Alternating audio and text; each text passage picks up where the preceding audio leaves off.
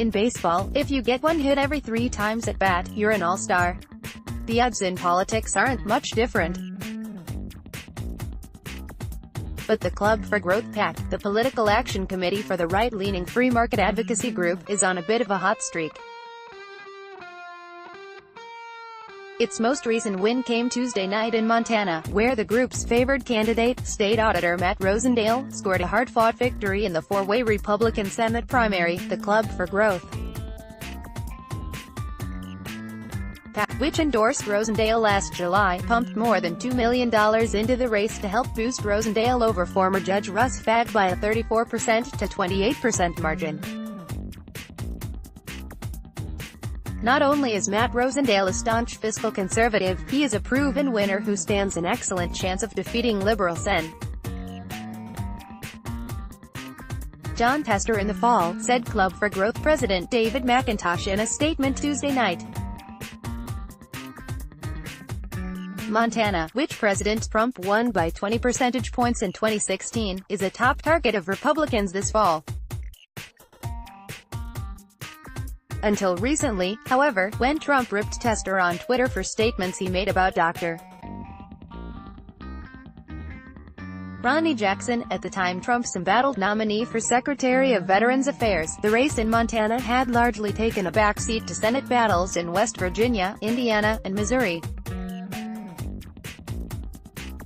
The Club for Growth's success in backing Rosendale comes on the heels of a banner night in last month's Texas primary runoffs, where 3 of the 4 CFG-backed candidates scored wins in the 6th district primary race to replace retiring Republican Rep.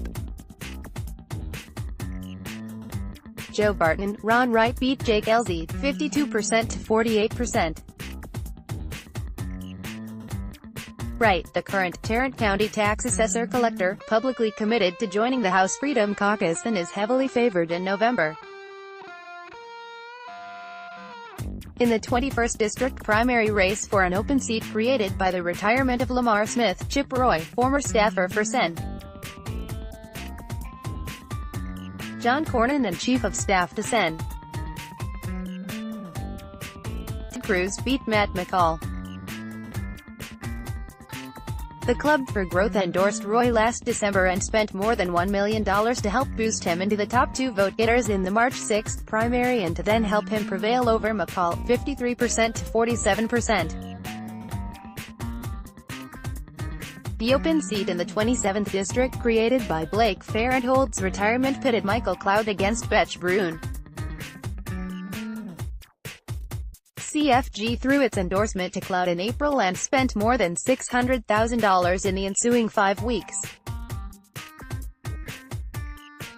In the end it wasn't close. Cloud beat Brune, 61% to 39%.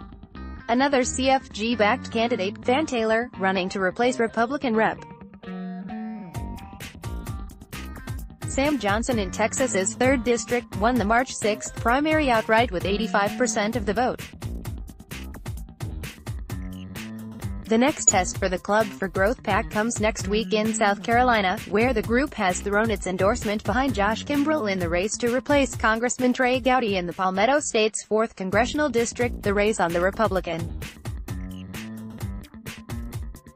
side is immensely crowded. Some 13 candidates are running, and unless someone manages the unlikely feat of winning more than 50% of the vote, the top 2 vote-getters will move on to a runoff election 2 weeks later on June 26.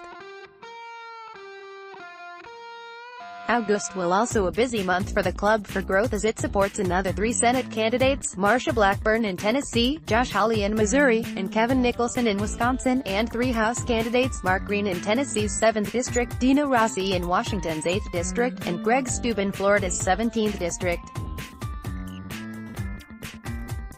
A week, let alone 2.5 months, is an eternity in both baseball and politics these days. Only time will tell if the Club for Growth can keep its hot streak going.